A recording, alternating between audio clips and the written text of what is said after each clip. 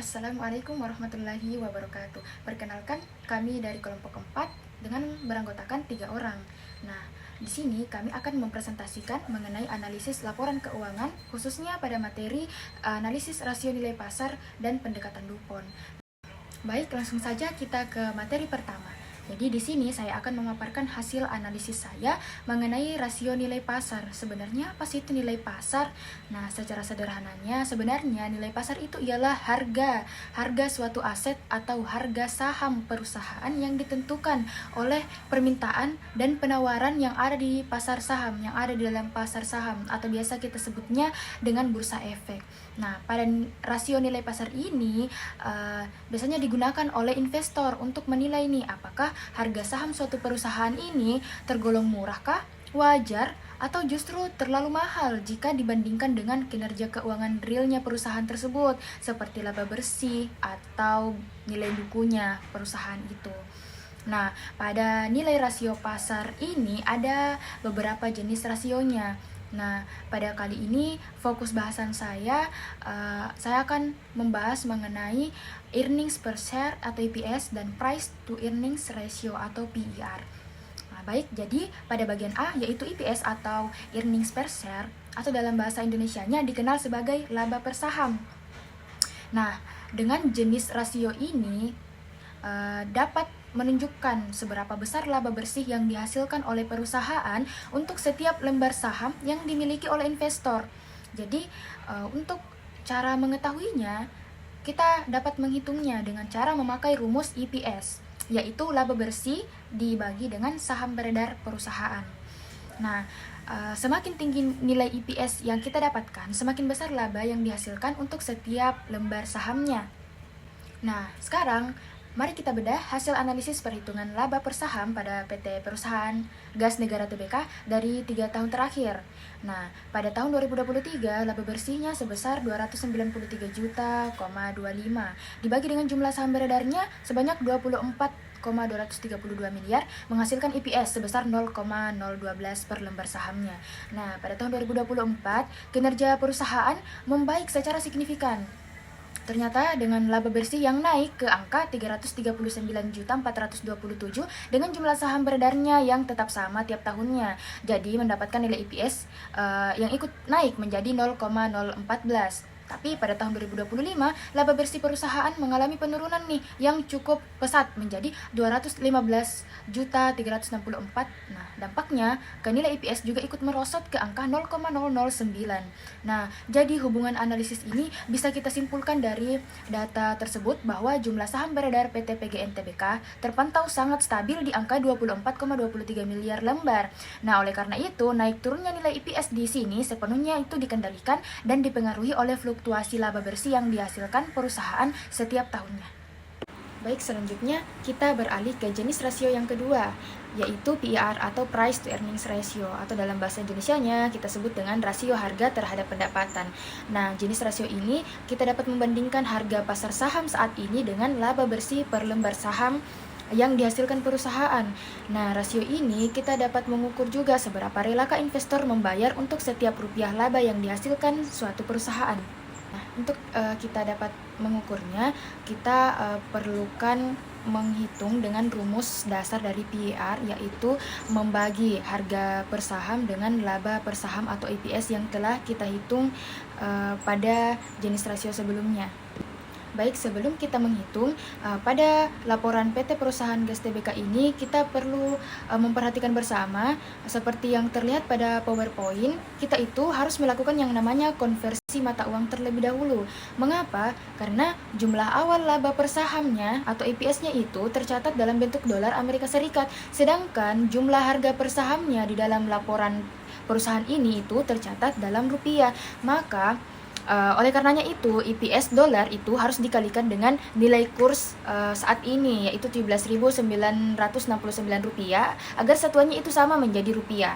Nah, hasil konversi laba per saham dalam rupiah itu menjadi pada tahun 2023 itu kita dapatkan 215,63 rupiah. Nah, 215 rupiah inilah EPS terbaru yang telah dikonversikan. Kemudian tahun 2024 EPS dolar dibagi dengan nilai kursnya itu dapat didapatkan pada tahun 2024 sebesar Rp251,57 per lembar sahamnya dalam bentuk rupiah, dan kita dapatkan 2025 itu sebesar Rp158,13.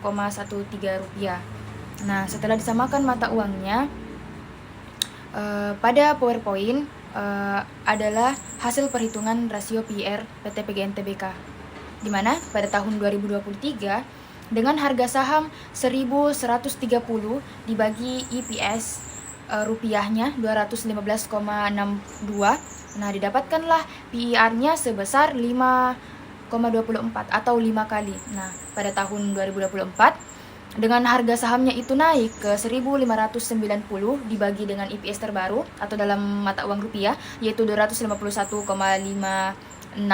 rupiah. Nah, dapatkanlah rasio PER-nya meningkat menjadi 6,32 atau 6 kali. Nah, pada tahun 2025 meskipun harga sahamnya itu turun ke 1.455, nah penurunan EPS yang lebih tajam ke 158,12 rupiah membuat rasio PER ini melonjak naik menjadi 9 kali. Nah, jadi pada hasil perhitungan rasio PER PT PGN Tbk ini menunjukkan tren peningkatan yang berkelanjutan setiap tahunnya, yaitu dimana dari 5,5 kali, yaitu dari 5 kali di tahun 2023 naik menjadi 6 kali di tahun 2024 hingga melonjak naik ke angka 9 kali pada tahun 2025. Nah, lonjakan di tahun 2025 ini terjadi karena adanya penurunan kemampuan sebuah perusahaan dalam menghasilkan laba bersihnya itu jauh lebih besar daripada penurunan harga sahamnya di pasar. Baik, sekian materi yang dapat saya sampaikan terkait analisis rasio nilai pasar pada PT PGN Tbk. Selanjutnya saya serahkan kepada pemateri berikutnya, yaitu Saudari Zamsaini Ainun Rodiyah. Dengan itu saya persilahkan. Baik, di sini saya akan menjelaskan mengenai market to big ratio dan juga Tobin-Squee. Bagian pertama mengenai market to big ratio. Jadi, market to big ratio ini merupakan rasio yang membandingkan harga per saham dan nilai buku per saham. Jadi, rasio ini tuh menunjukkan apakah perusahaan dihargai lebih tinggi atau lebih rendah oleh pasar dibandingkan nilai bukunya. Rumusnya yaitu market to big ratio sama dengan harga per saham bagi nilai buku per saham.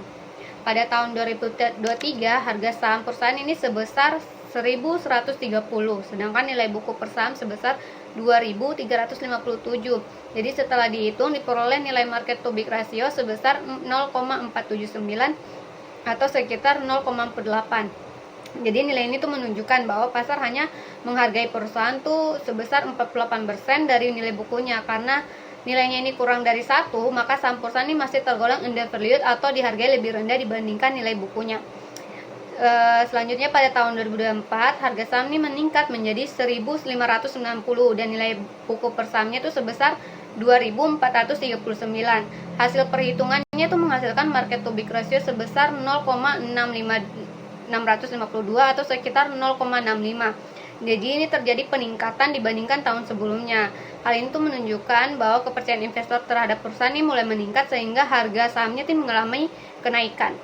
Selanjutnya pada tahun 2025 harga saham ini kembali meningkat menjadi 1.730, sedangkan nilai buku per saham itu sebesar 2.595. Nilai market to big ratio ini menjadi 0,667 atau sekitar 0,67. Jadi peningkatan ini menunjukkan bahwa pasar nih semakin beri penilaian yang lebih baik terhadap perusahaan. Namun karena nilainya masih berada di bawah 1, perusahaan ini masih dinilai undervalued.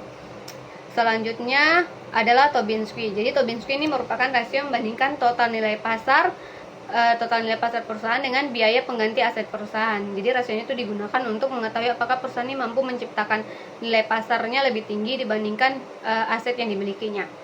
Rumusnya yaitu Tobin-Squee sama dengan total nilai pasar dibagi biaya pengganti aset. Sebelum menghitung Tobin-Squee,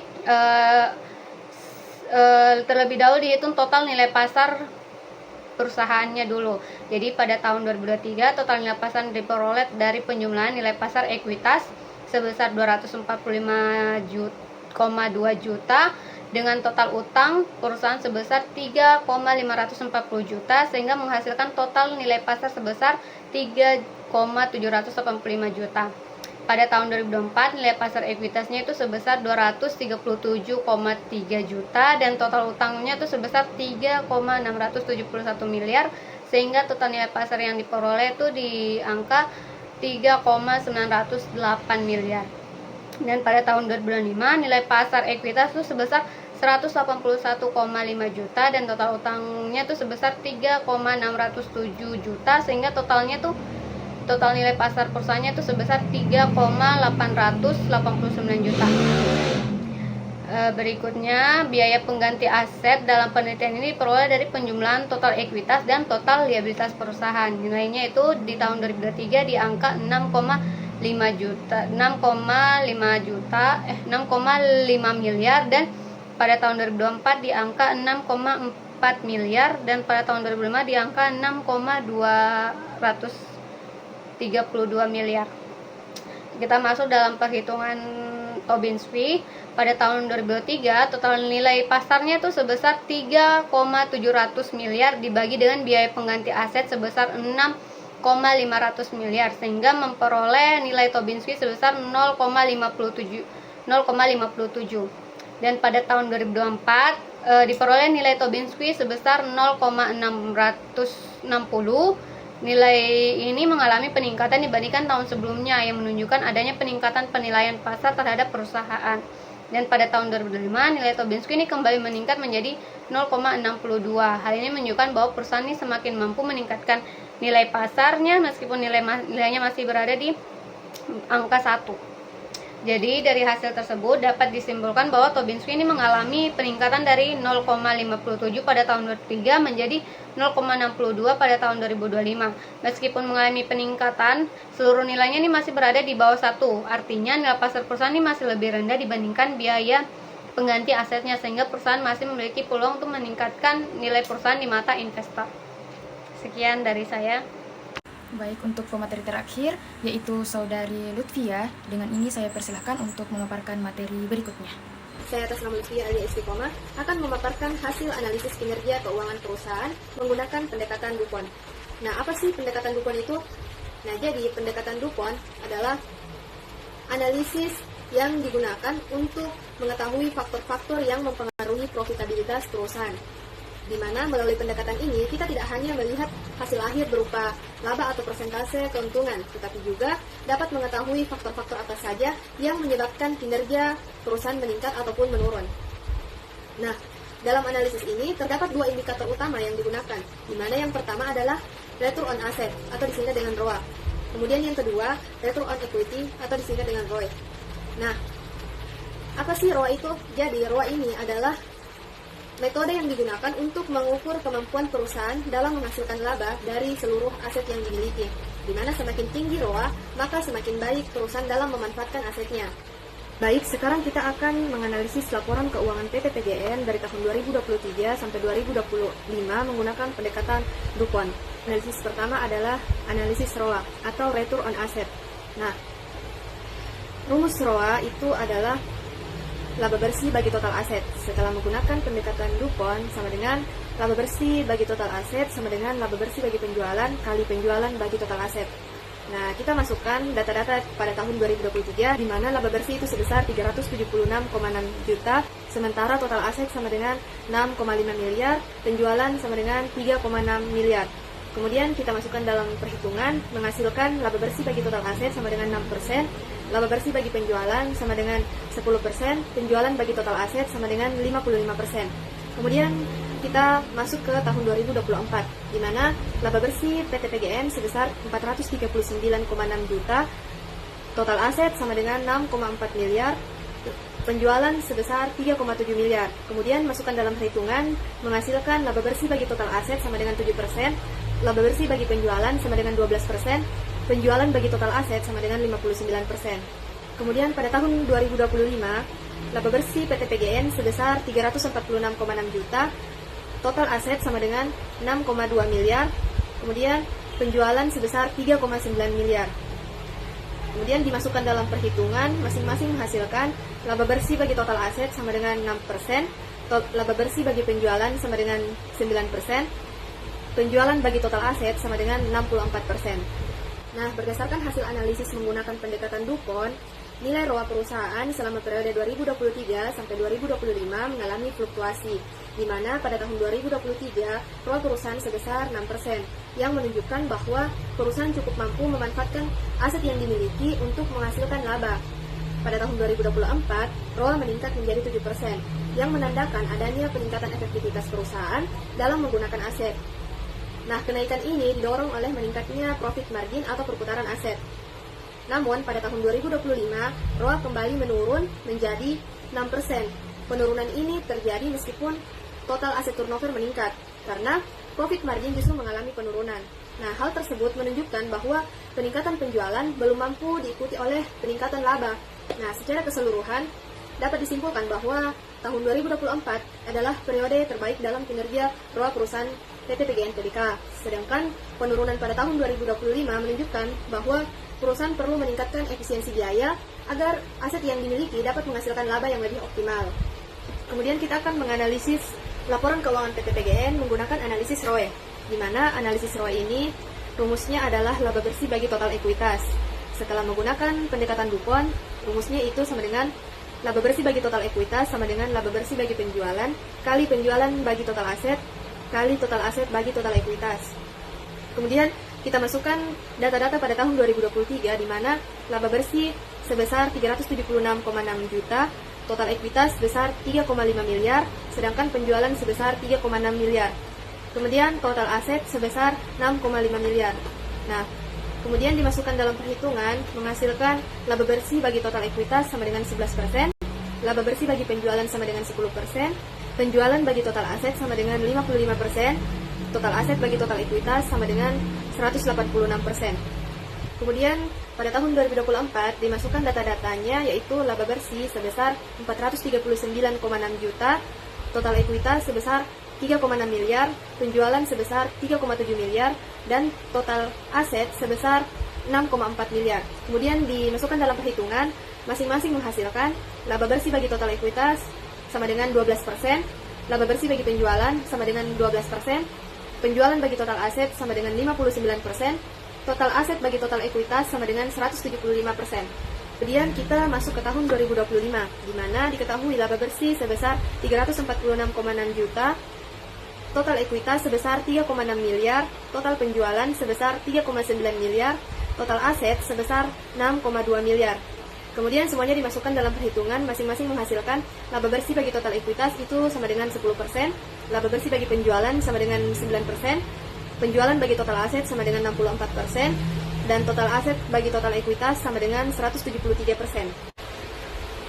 Nah, berdasarkan hasil analisis menggunakan pendekatan DuPont, nilai ROE perusahaan selama periode 2023 sampai 2025 juga mengalami fluktuasi, di mana pada tahun 2023 ROE perusahaan sebesar 11% yang menunjukkan bahwa perusahaan mampu menghasilkan laba dari setiap modal yang ditanamkan pemilik. Kemudian pada tahun 2024, ROE meningkat menjadi 12%. Kenaikan ini menunjukkan bahwa perusahaan semakin efektif dalam menghasilkan keuntungan dari modal pemilik. Nah, peningkatan tersebut dipengaruhi oleh naiknya profit margin serta kinerja ROA yang lebih baik dibanding tahun sebelumnya. Namun, pada tahun 2025, ROE menurun menjadi 10%. Nah, penurunan ini menunjukkan bahwa berkurangnya kemampuan perusahaan dalam menghasilkan laba dari modal pemilik. Kemudian faktor utama yang menyebabkan penurunan tersebut adalah menurunnya profit margin meskipun efisiensi penggunaan aset mengalami peningkatan. Nah, secara keseluruhan dapat disimpulkan bahwa tahun 2024 adalah periode terbaik dalam kinerja ROE perusahaan. Sedangkan penurunan pada tahun 2025 menunjukkan perusahaan perlu meningkatkan profitabilitas agar mampu memberikan tingkat pengembalian modal yang lebih optimal kepada pemilik. Baik, mungkin itu saja yang bisa saya jelaskan terkait pendekatan DuPont. Sekian, terima kasih.